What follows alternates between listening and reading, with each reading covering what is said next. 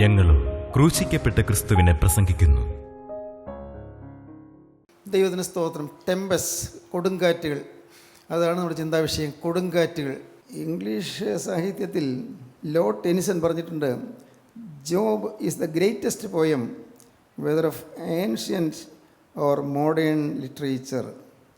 Tennyson എന്ന് പറഞ്ഞ English കവി പറഞ്ഞിരിക്കുകയാണ്, ഈ ഇയ്യോബിൻ്റെ പുസ്തകം it is the greatest poem whether of ancient or modern literature. പ്രാചീന സാഹിത്യത്തിലാണെങ്കിലും ആധുനിക സാഹിത്യത്തിലായാലും ആണെങ്കിലും ഇത് ഏറ്റവും മികവാർന്നൊരു കാവ്യമാണ് എന്ന്. നാം കഴിഞ്ഞ പ്രാവശ്യങ്ങളിലായിട്ട് കുറേ പ്രാവശ്യം കൊടുങ്കാറ്റുകളെക്കുറിച്ച് ചിന്തിച്ച് നിങ്ങൾക്ക് ഓർമ്മ കാണുമായിരിക്കും. കൊടുങ്കാറ്റുകൾ, ദൈവത്തിന് സ്തോത്രം. ഇയ്യോബിൻ്റെ ജീവിതത്തിൽ വന്നതായ ഒരു വലിയ കൊടുങ്കാറ്റാണ് സെൽഫ് റൈറ്റിയസ്നെസ്, സ്വന്തം നീതി, സ്വന്തം ശരി, ഞാൻ നീതിമാനാണെന്നുള്ള ചിന്ത. പ്രിയപ്പെട്ടവരെ, ആർക്കും അങ്ങനെ ചിന്തിക്കാൻ പാടില്ല. നീതിമാൻ ആരുമില്ല, ഒരുത്തൻ പോലും ഇല്ല. കർത്താവിൻ്റെ വചനം അങ്ങനെ പറയും, നീതിമാൻ ആരുമില്ല. പുറമേ പാപപ്രവൃത്തി ഇല്ലാത്തപ്പോഴും അകത്ത് നീതികേടുണ്ട്, പുറമേ വ്യാജം പറയാത്തപ്പോഴും അകത്ത് വ്യാജമുണ്ട്, പുറമേ തെറ്റായ വഴിക്ക് പോകാത്തപ്പോഴും അകത്ത് രക്തത്തിൽ, രക്തഘടനയിൽ പാപത്തിൻ്റെ അംശങ്ങൾ ഒളിഞ്ഞിരിപ്പുണ്ട്. അത് നാം അറിയണം, നാം മനസ്സിലാക്കണം. എൻ്റെ ജീവിതത്തിൽ ഞാൻ പുറമേ പാപം ചെയ്യാത്തപ്പോഴും എൻ്റെ അകത്ത് പാപമുണ്ട്. അത് മനസ്സിലാക്കുമ്പോഴാണ് നമുക്ക് വിനയം വരുന്നത്. നമുക്ക് വായിക്കാം, ഇയ്യോബിൻ്റെ പുസ്തകം 29-ാം അധ്യായം 2-ാം വാക്യം വായിക്കാം. ഇയ്യോബിരുന്ന് കരയുകയാണ്, തന്നെത്താനിരുന്ന് സ്വയം പരിതപിക്കുകയാണ്. അയ്യോ, പണ്ടത്തെ മാസങ്ങളിലെ പോലെ, ദൈവം എന്നെ കാത്തുപോകുന്ന നാളുകളിലെ പോലെ ഞാൻ ആയെങ്കിൽ കൊള്ളായിരുന്നു. എനിക്ക് പഴയ കാലത്തെ പോലെ ദൈവം എന്നെ കാത്തുപോകുന്ന നാളുകളിൽ പോലെ ഞാൻ ആയാൽ മതിയായിരുന്നു. അന്ന് അവൻ്റെ ദീപം എൻ്റെ തലയ്ക്ക് മീതെ പ്രകാശിച്ചു, അവൻ്റെ വെളിച്ചത്താൽ ഞാൻ ഇരുട്ടിൽ കൂടി നടന്നു. അന്ന് എനിക്ക് ദൈവത്തിൻ്റെ ദീപം ഉണ്ടായിരുന്നു, അവൻ്റെ വെളിച്ചമുണ്ടായിരുന്നു. ഇപ്പോഴെല്ലാം പോയല്ലോ. അന്ന് ഞാൻ ദൈവത്തിൻ്റെ വെളിച്ചത്തിൽ നടന്ന കാലമായിരുന്നു. എൻ്റെ കൂടാരത്തിന് ദൈവത്തിൻ്റെ സഖ്യതയുണ്ടായിരിക്കുകയും സർവശക്തൻ എന്നോടുകൂടെ വസിക്കുകയും എൻ്റെ മക്കൾ എൻ്റെ ചുറ്റും ഇരിക്കുകയും ചെയ്ത എൻ്റെ ശുഭകാലത്തിലെ പോലെ ഞാൻ ആയെങ്കിൽ കൊള്ളായിരുന്നു. ദൈവമേ, നല്ല ശുഭകാലം എനിക്കുണ്ടായിരുന്നു. എങ്ങനെ, എന്തെല്ലാമാണ്? എൻ്റെ കൂടാരത്തിൽ ദൈവത്തിൻ്റെ സഖ്യത ഉണ്ടാകും, സർവശക്തൻ എന്നോടുകൂടെ വസിക്കും, എൻ്റെ മക്കൾ എൻ്റെ ചുറ്റും ഇരിക്കും. അങ്ങനെയുള്ളൊരു ശുഭകാലം കിട്ടണം. അതാണ് എനിക്ക് പണ്ടുണ്ടായിരുന്നത്. നല്ല ആഗ്രഹമാണ്. നിരാശയാണെങ്കിലും ആ സ്വയനീതി പറയുകയാണ്, എനിക്ക് അതുപോലൊരു നല്ല കാലം കിട്ടിയെന്നിക്കൊള്ളായിരുന്നു. എനിക്ക് എന്തുകൊണ്ട് ഇത് വന്നതെന്ന് എനിക്ക് മനസ്സിലാകുന്നില്ല. എന്തുകൊണ്ട് ഈ വലിയ കെടുതി വന്നതെന്ന് എനിക്ക് മനസ്സിലാകുന്നില്ല. ഈ കൊടിയ ആപത്തുകളും നിരാശാകരമായ സാഹചര്യങ്ങളും വന്നതുകൊണ്ട് എനിക്ക് മനസ്സിലാകുന്നില്ല. അയ്യോ, അവൻ്റെ വെളിച്ചത്തിൽ ഞാൻ ഇരുട്ടിൽ കൂടി നടന്നു. എൻ്റെ കൂടാരത്തിന് ദൈവത്തിന് സഖ്യത ഉണ്ടായിരിക്കുകയും സർവശക്തനോട് വസിക്കുകയും എൻ്റെ മക്കൾ എൻ്റെ ചുറ്റും ഇരിക്കുകയും ചെയ്ത എൻ്റെ ശുഭകാലത്തിലെ പോലെ ഞാൻ ആയെങ്കിൽ കൊള്ളാമായിരുന്നു. അന്ന് ഞാൻ എൻ്റെ കാലുകളെ വെണ്ണ കൊണ്ട് കഴുകി. നല്ല കാലമായിരുന്നു. പാറ എനിക്ക് തൈല നദികളെ ഒഴുക്കി തന്നു. തൈല നദികൾ ഒഴുകി വന്നു. ഞാൻ പുറപ്പെട്ട് പട്ടണത്തിലേക്ക് പടിവാതിക്കൽ ചെന്നു. പട്ടണത്തിൻ്റെ പടിവാതിക്കൽ ചെന്ന് അവിടെ ഞാൻ വളരെ ഉന്നതനായി, ഗ്രാമത്തിൻ്റെ തലവനായി ഞാൻ ഇരുന്നു. വിശാല സ്ഥലത്തിന്റെ ഇരിപ്പിടം വയ്ക്കുമ്പോൾ, ഞാൻ വിശാല സ്ഥലത്ത് ഇരിപ്പിടം വയ്ക്കുകയാണ്. എല്ലാവരുടെയും നേതാവായി ഞാൻ കഴിയുകയായിരുന്നു. യൗവനക്കാർ എന്നെ കണ്ടിട്ട് ഒളിക്കും. അന്ന് യൗവനക്കാർ എന്നെ കണ്ട് ഒളിക്കുമായിരുന്നു. വൃദ്ധന്മാർ എഴുന്നേറ്റ് നിൽക്കും. അന്ന് വൃദ്ധന്മാർ എന്നെ കണ്ട് എഴുന്നേറ്റ് നിൽക്കുമായിരുന്നു. പ്രഭുക്കന്മാർ സംസാരം നിർത്തി. കൈകൊണ്ട് വായ് പൊത്തും. ഞാൻ ഒരാൾ ചെല്ലുമ്പോഴേക്കും എല്ലാവരും എഴുന്നേറ്റ് നിന്ന് വളരെ അച്ചടക്കത്തോടെ നിൽക്കുകയും കൈകൊണ്ട് വായ് പൊത്തുകയും ചെയ്യും. ശ്രേഷ്ഠന്മാരുടെ ശബ്ദം അടങ്ങും. അന്ന് ശ്രേഷ്ഠന്മാരായ ആളുകൾ പലരും എൻ്റെ മുമ്പിൽ മിണ്ടാതാകും. അവരുടെ നാവ് അണ്ണാക്കോട് പറ്റും. എന്റെ വാക്ക് കേട്ട ചെവി എന്നെ വാഴ്ത്തും. എൻ്റെ വാക്ക് കേട്ട ചെവികൾ എന്നെ വാഴ്ത്തി എന്നെ സ്തുതിക്കും, എന്നെ വർണ്ണിക്കാൻ തുടങ്ങും. എന്നെ കണ്ട കണ്ണ് എനിക്ക് സാക്ഷ്യം നൽകും. എന്നെ കണ്ട കണ്ണ്, ദൈവത്തിൻ്റെ കണ്ണ് എനിക്ക് സാക്ഷ്യം നൽകും. ഞാൻ ദൈവത്തോടുകൂടെ തന്നെയാണ്, എനിക്ക് പേടിക്കാനൊന്നുമില്ല. എന്നെ കണ്ട കണ്ണ് എനിക്ക് സാക്ഷ്യം നൽകും. നിലവിളിച്ച എളിയവനെയും അനാഥനെയും തുണയറ്റവനെയും ഞാൻ വിടുവിച്ചു. എനിക്കറിയാം ഞാൻ എന്താ ചെയ്തതെന്ന്. തുണയറ്റവനെ ഞാൻ വിടുവിക്കുക ചെയ്തത്. നിലവിളിച്ചവരുടെ നിലവിളി ഞാൻ മാറ്റുകയാണ് ചെയ്തത്. എളിയവനെയും അനാഥനെയും ഞാൻ സഹായിക്കുകയാണ് ചെയ്തത്. നശിക്കുമാറായവൻ്റെ അനുഗ്രഹം ഞാൻ നശിക്കുമാറായവനെ ഞാൻ സഹായിച്ചു. അവൻ്റെ അനുഗ്രഹം കിട്ടി. വിധവയുടെ ഹൃദയത്തെ ഞാൻ സന്തോഷം കൊണ്ട് ആർക്കുമാറാക്കി. മരിച്ചുപോയ സ്ത്രീ ദുഃഖാർത്ഥിയായി വലിച്ചുകൊണ്ടിരിക്കുമ്പോൾ ഞാൻ ചെന്നിട്ട് വാക്ക് പറഞ്ഞപ്പോഴേക്കും അവൾക്ക് ആശ്വാസം കിട്ടി. ഞാൻ നീതിയെ ധരിച്ചു, അതെൻ്റെ ഉടുപ്പായിരുന്നു. ഞാൻ നീതിമാനായിരുന്നു, അതെൻ്റെ ഉടുപ്പായിരുന്നു. ഞാൻ ഉടുപ്പ് പോലെ നീതിയെ ധരിച്ചു. എൻ്റെ ന്യായം ഉത്തരീയവും തലപ്പാവും പോലെയായിരുന്നു. എൻ്റെ ന്യായം ഉത്തരീയവും തലപ്പാവും പോലെ എപ്പോഴും എൻ്റെ ന്യായം പൊങ്ങി നിന്നിരുന്നു. ഞാൻ കുരുടന് കണ്ണും മുടന്തന് കാലുമായിരുന്നു. കുരുടനെ ഞാൻ കണ്ണായിരുന്നു, മുടന്തന് ഞാൻ കാലായിരുന്നു. ദരിദ്രന്മാർക്ക് ഞാൻ അപ്പനായിരുന്നു. ഞാൻ അറിയാത്തവൻ്റെ വ്യവഹാരം പരിശോധിച്ചു. എനിക്കൊരു പരിചയമില്ലാത്തവൻ്റെ കാര്യത്തിന് ഇടപെട്ടുവാനും സഹായം ചെയ്തു. നീതി കെട്ടവൻ്റെ അണപ്പല്ല് ഞാൻ തകർത്തു. നീതിയേട് ചെയ്യുന്നവൻ്റെ അണപ്പൽ ഞാൻ തകർത്ത് ഞാൻ സാധുവിന് സഹായം ചെയ്തു. അവൻ്റെ പല്ലിനിടയിൽ നിന്ന് ഇരയെ പറിച്ചെടുത്തു. അവൻ പാവപ്പെട്ടവനെ പല്ലിൻ്റെ ഇടയിൽ ജനിച്ചുകൊണ്ടിരിക്കുകയായിരുന്നു, ഞാൻ അവനെ അവൻ്റെ പല്ലിൽ നിന്ന് രക്ഷിച്ചു. എൻ്റെ കൂട്ടിൽ വെച്ച് ഞാൻ മരിക്കും, ഹോൽ പക്ഷിയെപ്പോലെ ഞാൻ ദീർഘായുസോടെ ഇരിക്കും. സ്തോത്രം പറയുകയാണ്. ഇത് ഇങ്ങനെയൊക്കെ ചെയ്ത് എനിക്ക് സ്വർഗം തീർച്ചയാണ്, ഉറപ്പാണ്. ഞാൻ സ്വർഗീയവാസത്തിന് ഞാൻ യോഗ്യനാണ്. ഹോൽ പക്ഷിയെപ്പോലെ ഞാൻ ദീർഘായുസോടിരിക്കും. പിന്നെ എൻ്റെ വേര് വെള്ളത്തോളം പടർന്നു ചെല്ലുന്നു, എൻ്റെ കൊമ്പിന്മേൽ മഞ്ഞ് രാപാർക്കുന്നു, എൻ്റെ മഹത്വം എന്നിൽ പച്ചയായിരിക്കുന്നു, എൻ്റെ വില്ല് എൻ്റെ കയ്യിൽ പുതുകുന്നു എന്ന് ഞാൻ പറഞ്ഞു. മനുഷ്യർ കാത്തിരുന്ന് എൻ്റെ വാക്ക് കേൾക്കും, എൻ്റെ ആലോചന കേൾപ്പാൻ മിണ്ടാതിരിക്കും. ഞാൻ സംസാരിച്ച ശേഷം അവർ മിണ്ടുകയില്ല. ഞാൻ സംസാരിച്ചു തുടങ്ങിയാൽ മനുഷ്യരെല്ലാവരും വായി പൊത്തും, ആരും മിണ്ടുകയില്ല. എന്നെ അത്ര ബഹുമാനമായിരുന്നു. ഞാൻ നീതിമാനാണ്. എല്ലാവർക്കും എന്നെ വലിയ കാര്യമായിരുന്നു. ഞാൻ നീതിമാനാണ്. എൻ്റെ മൊഴി അവരുടെ മേൽ ഇറ്റിറ്റ് വീഴും, മഴയ്ക്കെന്ന പോലെ അവർ എനിക്കായി കാത്തിരിക്കും. മഴയ്ക്ക് കാത്തിരിക്കുന്ന വേഴാമ്പലിനെ പോലെ അവർ എൻ്റെ വരവിന് വേണ്ടി കാത്തിരിക്കും. എൻ്റെ മൊഴി അവർക്ക് ഹൃദ്യമായിരിക്കും. എൻ്റെ മൊഴി, എൻ്റെ വാക്കുകൾ അവരുടെ മേൽ ഇറ്റിറ്റ് വീഴും. ഞാൻ കൂടെ പറയുന്ന വാക്കുകളിൽ അവർക്ക് വലിയ ആനന്ദമായിരിക്കും. പിന്മഴയ്ക്കെന്ന പോലെ അവർ വായ് പിളർക്കും. അവർ നിരാശപ്പെട്ടിരിക്കുമ്പോൾ ഞാൻ അവരെ നോക്കി പുഞ്ചിരിയിടും. എൻ്റെ മുഖപ്രസാദം അവർ മങ്ങിക്കുകയുമില്ല. സ്തോത്രം. അവർ നിരാശപ്പെട്ടിരിക്കുമ്പോൾ ഞാൻ പുഞ്ചിരിയിട്ടുകൊണ്ട് അവരുടെ നിരാശ മാറ്റാൻ ഞാൻ ശ്രമിക്കും. അങ്ങനെ ഞാൻ നീതിമാനായിരുന്നു. യോബ് തന്നെത്താൻ നീതീകരിക്കുകയാണ്, സ്വയം നീതീകരിക്കുകയാണ്. സെൽഫ് റൈറ്റിയസ്നെസ്, തന്നെത്താൻ നീതീകരിക്കുന്നു. ദൈവത്തിന് സ്തോത്രം. പിന്നെ മുന്നോട്ട് വരുമ്പോൾ പിന്നെ അടുത്ത അധ്യായത്തിൽ 31 അധ്യായത്തിൽ വായിക്കുമ്പോൾ കാണാം. 31 അധ്യായം. ഞാൻ എൻ്റെ കണ്ണുമായി ഒരു നിയമം ചെയ്തു, പിന്നെ ഞാനൊരു കന്യകയെ നോക്കുന്നത് എങ്ങനെ? ഞാൻ എൻ്റെ കണ്ണുമായി ഒരു നിയമം ചെയ്ത മനുഷ്യനാണ്. ഒരു കന്യകയെ നോക്കുകയില്ല. എനിക്ക് വിശുദ്ധിക്ക് വേണ്ടിയുള്ള തീക്ഷ്ണതയുണ്ട്. ഞാൻ എൻ്റെ കണ്ണുമായി നിയമം ചെയ്തു, പിന്നെ ഞാൻ കന്യകയെ നോക്കുന്നത് എങ്ങനെ? എന്നാൽ മേലിൽ നിന്ന് ദൈവം നൽകുന്ന ഓഹരിയും ഉയരത്തിൽ നിന്ന് സർവശക്തൻ തരുന്ന അവകാശവും എന്ത്? ദൈവം എനിക്ക് അവകാശമാണ്. മേലിൽ നിന്ന് ദൈവം എനിക്ക് ഓഹരി തരും. ദൈവത്തിൻ്റെ ഷെയർ എനിക്ക് തരും. നീതി കെട്ടവനെ അപായവും ദുഷ്പ്രവർത്തിക്കാർക്ക് വിപത്തുമല്ലയോ? എൻ്റെ വഴികളെ അവൻ കാണുന്നില്ലയോ? എൻ്റെ കാലടികളെ ഒക്കെയും എണ്ണുന്നില്ലയോ? ഞാൻ കപടത്തിൽ നടന്നുവെങ്കിൽ നീ എൻ്റെ കാലടികളൊക്കെ എണ്ണുന്നില്ലേ? ഞാൻ കപടത്തിൽ നടന്നുവോ? നിനക്കറിയാമല്ലോ. കപടത്തിൽ നടന്നോ? ഞാൻ കപടത്തിൽ നടന്നുവെങ്കിൽ, എൻ്റെ കാല് വഞ്ചനയ്ക്ക് ഓടിയെങ്കിൽ, എൻ്റെ കാൽ വഞ്ചനയ്ക്ക് ഓടിയെങ്കിൽ, ദൈവം എൻ്റെ പരമാർത്ഥത അറിയേണ്ടതിന് ഒത്ത ത്രാസിൽ എന്നെ തൂക്കി നോക്കുമാറാകട്ടെ. ഇവനെ തൂക്കി നോക്കട്ടെ. എനിക്ക് കുറ്റവുമില്ല. നിങ്ങൾ ഈ പറയുന്നത് പോലെയല്ല, എനിക്കൊരു കുറ്റവുമില്ല. ഞാൻ നീതിമാനാണ്. ദൈവം തൂക്കി നോക്കട്ടെ, എന്നിൽ കുറ്റവും കാണുകയില്ല.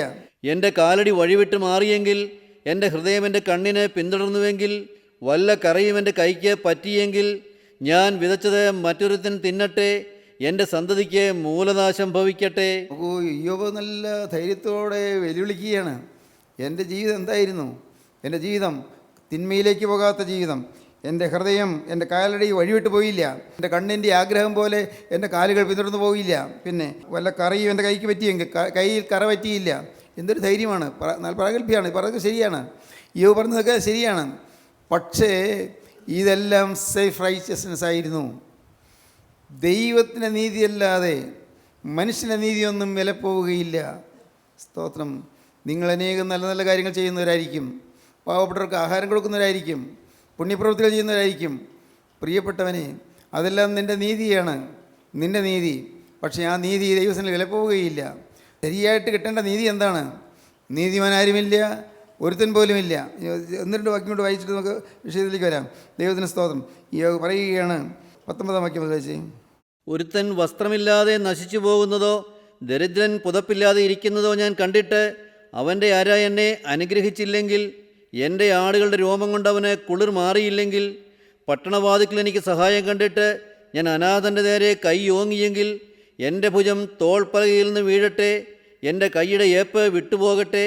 ദൈവമയച്ച വിപത്ത് എനിക്ക് ഭയങ്കരമായിരുന്നു, അവൻ്റെ ഔന്നത്യ നിമിത്തം എനിക്ക് ആവതില്ലാതെയായി. ദൈവത്തിന് സ്തോത്രം. യോബ് ആവലാതിപ്പെടുകയാണ്. നിരാശയോടെ പറയുകയാണ് കേട്ടോ. ഈ ആവലാതിപ്പെട്ടുകൊണ്ടാണ് പറയുന്നത്. കർത്താവേ, ബാല്യം മുതൽ ഒരുത്തൻ വസ്ത്രമില്ലാതെ നശിച്ചു പോകുന്നതോ ദരിദ്രന് പുതപ്പില്ലാതിരിക്കുന്നതോ ഞാൻ കണ്ടിട്ട് അവൻ്റെ അര എന്നെ അനുഗ്രഹിച്ചില്ലെങ്കിൽ, എൻ്റെ ആടുകളുടെ രോമം കൊണ്ട് അവന് കുളിർ മാറിയില്ലെങ്കിൽ, പട്ടണവാതിക്കൽ എനിക്ക് സഹായം കണ്ടിട്ട് ഞാൻ അനാഥൻ്റെ നേരെ കൈ ഓങ്ങിയെങ്കിൽ, എൻ്റെ ഭുജം തോൾപ്പലയിൽ നിന്ന് വീഴട്ടെ. നോക്കൂ, പാവപ്പെട്ടവന് ഞാൻ ആഹാരം കൊടുത്തു, പാവപ്പെട്ടവന് വസ്ത്രം കൊടുത്തു, സഹായങ്ങൾ ചെയ്തു, ഒട്ടേറെ കാര്യങ്ങൾ ചെയ്തു. എന്നാൽ ഇതൊന്നും ആയിട്ടും എൻ്റെ നീതി ദൈവം കാണുന്നില്ല. സ്വയം നീതീകരിക്കുകയാണ്. സ്തോത്രം. സ്വയം നീതീകരിക്കുകയാണ്. ഇന്ന് ഞാൻ ഈ വാക്കുകൾ പറഞ്ഞുകൊണ്ടിരിക്കുമ്പോൾ നിങ്ങൾ ദയവായി ഒന്ന് ചിന്തിക്കൂ. നിങ്ങൾക്ക് എന്തെല്ലാം സ്വയം നീതീകരണങ്ങളുണ്ട്. നിങ്ങൾ പല നല്ല കാര്യങ്ങൾ ചെയ്തവരാണ് ആയിരിക്കാം, പക്ഷേ ദൈവനീതി നിങ്ങൾക്ക് ലഭിച്ചില്ല. ദൈവനീതി എന്താണ്? സ്തോത്രം. എന്താണ് ദൈവനീതി? ദൈവനീതി ക്രിസ്തുവാണ്. ക്രിസ്തു പ്രസാദിക്കുന്ന ഹൃദയം നിങ്ങൾക്ക് ലഭിച്ചില്ല. ക്രിസ്തു പ്രസാദിക്കുന്നില്ല. നിങ്ങൾ രഹസ്യ ജീവിതം ക്രിസ്തു പ്രസാദിക്കുന്ന ജീവിതമായില്ല. രഹസ്യ ജീവിതം പുറമേ കുഴപ്പമൊന്നുമില്ല. കണ്ണുകൊണ്ട് നിയമം ചെയ്തു, ഒരു പരസ്ത്രീയെ നോക്കുന്നില്ല, മോഹത്തോടെ ഒരാൾ നോക്കുന്നില്ല, അത്രമാത്രം ശ്രദ്ധിച്ചിട്ടുണ്ട്, പാവപ്പെട്ടനെ സഹായിച്ചു. പക്ഷേ അതെല്ലാം എൻ്റെ സ്വന്തം നീതിയാണ്. ഇങ്ങനെയുള്ള കാര്യങ്ങളെല്ലാം കൃത്യമായി ആചരിക്കുന്ന ദൈവമക്കൾ അനേകം പേര് ഈ കൂട്ടായ്മയിലുണ്ട്, അനേകം പേര്. പക്ഷേ അവരെ ഒരു ഫോഷ്കിന് അടിപ്പെട്ടിരിക്കുകയാണ്. ഫോഷ്ക്ക് ഒരു തെറ്റായ ചിന്താഗതിക്ക് അടിപ്പെട്ടിരിക്കുകയാണ്. കുഴപ്പമൊന്നുമില്ല. ഹൃദയത്തിൽ ചില ചീത്ത വിചാരങ്ങളൊക്കെ ഇടയ്ക്ക് വരും, അത് മനുഷ്യ സഹജമല്ലേ. ചില അശുദ്ധ വികാരങ്ങളൊക്കെ വരും, മനുഷ്യ സഹജമായിട്ട്. എനിക്ക് വേറെ ആരുടെയും തട്ടിപ്പറിച്ചെടുക്കണമെന്നൊന്നുമില്ല, ആരുടെയും ഞാനൊട്ടും കവർന്നെടുക്കാൻ ഉദ്ദേശമില്ല. ഞാൻ സഹായിക്കുകയുള്ളൂ, എനിക്ക് ആരിൽ നിന്ന് എനിക്ക് സഹായം കിട്ടണമെന്നില്ല എന്നിങ്ങനെയുള്ളതായ ഒരു ചിന്താഗതി പുലർത്തുന്ന അനേകം ആളുകളുണ്ട്. ഞാൻ പറഞ്ഞല്ലോ, ഞാൻ അങ്ങനെയായിരുന്നു. എന്നാൽ ദൈവത്തിൻ്റെ ആ പരിശുദ്ധിയുടെ തേജസ്സിന് മുൻപാകെ, അടുത്തുകൂടാത്ത വെളിച്ചത്തിന് മുൻപാകെ ചെന്നപ്പോൾ ദൈവത്തിന് സ്തോത്രം. അടുത്തുകൂടാത്ത വെളിച്ചം, എൻ്റെ ദൈവത്തിന് സ്തോത്രം. അഗ്നിമയന്മാർ വിറയിലൂടെ ആരാധിക്കുന്നതിനായ ദൈവത്തിൻ്റെ ശോഭാമയമായ വെളിച്ചം, അതിന് മുമ്പിൽ ചെന്നപ്പോൾ ഞാൻ അമ്പരന്ന് പോയി. കർത്താവേ, ഞാൻ പാവി, ഞാൻ പാപത്തിൽ പിടിക്കപ്പെട്ടവൻ. കർത്താവേ, എൻ്റെ പാവം എന്നെ പിടികൂടുന്നതിന് മുമ്പ് ഞാൻ എൻ്റെ പാവത്തെ ഇതാ കൊണ്ടുവരുന്നു, തിരുമുമ്പാകെ ഞാൻ വയ്ക്കുന്നു. കർത്താവേ, അത് നീ ചവിട്ടിക്കളയണമേ.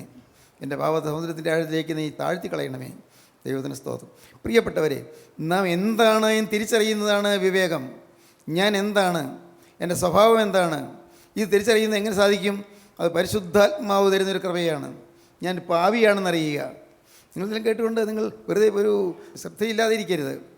ഞാൻ പാവിയാണെന്ന് തിരിച്ചറിയുക. ഇന്നെനിക്ക് തോന്നുന്നു നമ്മുടെ കൂട്ടത്തിൽ കിട്ടേണ്ട ഒരു വലിയ ആവശ്യം പാവബോധമാണ്. പാവബോധമില്ല, അരിഷ്ടതയില്ല. അരിഷ്ടനും മനസ്സ് തകർന്നവനും എൻ്റെ വചനത്തിങ്കൽ വിറയ്ക്കുന്നതിനുമായ മനുഷ്യൻ ഞാൻ കടാക്ഷിക്കും. അരിഷ്ടനും ഹൃദയം തകർന്നവനും എൻ്റെ വചനത്തിങ്കൽ വിറയ്ക്കുന്നവനുമായ മനുഷ്യൻ ഞാൻ കടാക്ഷിക്കും. ഇന്ന് ഈ വചനം കേട്ടിട്ടൊന്നും നിങ്ങൾക്ക് ആർക്കും വിറയിൽ വരുന്നില്ല, ആർക്കും ഒരു പേടി വരുന്നില്ല. ഇന്നത്തെ സ്ഥിതിയിൽ കടന്നുപോയാൽ എന്താകുമെന്ന് നിങ്ങൾ വിചാരിച്ചിരിക്കുന്നത്? ഇന്നത്തെ ഈ അവസ്ഥയിൽ കടന്നുപോയാൽ, അല്ല അങ്ങനെ പോകാൻ പാടില്ലെന്നില്ലല്ലോ, ഇന്നത്തെ അവസ്ഥയിൽ കടന്നുപോയാൽ ആത്മാവിടെ പോകും. അതോ നിങ്ങൾക്ക് മരണാന്തര ഒരു ജീവിതമുണ്ടെന്ന് അറിയാൻ വയ്യേ, ഒരു നിത്യതയുണ്ടെന്ന് അറിയാൻ വയ്യേ? അതാണോ? പ്രിയപ്പെട്ടവരെ, ഗൗരവമായി നിങ്ങൾ ചിന്തിക്കണം, വളരെ ഗൗരവമായി ചിന്തിക്കണം. ഇന്നത്തെ അവസ്ഥയിൽ കടന്നുപോയാൽ, എൻ്റെ പ്രിയപ്പെട്ടവരെ, എനിക്ക് പറയാൻ യോഗ്യതയില്ല. നിങ്ങൾ കർത്താവിനെ കുറേ ആശ്രയിച്ചോട് പറയട്ടെ, നിങ്ങൾ അനേകം പേരെ ദൈവത്തിൽ എത്തുകയില്ല. ഇന്നത്തെ സ്ഥിതിയിൽ കടന്നുപോയാൽ ദൈവത്തിന് സ്തോത്രം. നിങ്ങളെ കുറ്റം പറയുകയാണ് ധരിക്കരുത് കേട്ടോ. ഉള്ളത് തുറന്നു പറഞ്ഞില്ലെങ്കിൽ നിങ്ങളെങ്ങനെ രക്ഷപ്പെടും? കർത്താവിന് സ്തോത്രം. നിങ്ങളുടെ ഹൃദയത്തിൽ അനേകം ചിന്താഭാരങ്ങളുണ്ട്, അനേകം ആകുലങ്ങളുണ്ട്. ചുമട് ചുമന്ന് നിങ്ങൾ തളർന്നിരിക്കുകയാണ്.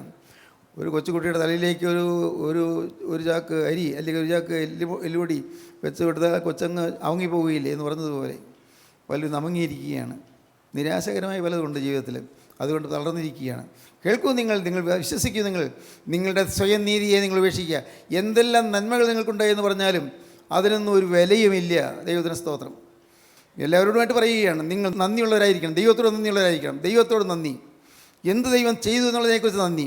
ദൈവത്തിന് സ്തോത്രം. പ്രിയപ്പെട്ടവരെ, സ്വന്തം നീതി ഉപേക്ഷിക്കുക. യോബ് അവസാനം ഉപേക്ഷിച്ചു. സ്തോത്രം. ഇതാ വരുന്നു അടുത്ത കൊടുങ്കാറ്റ്.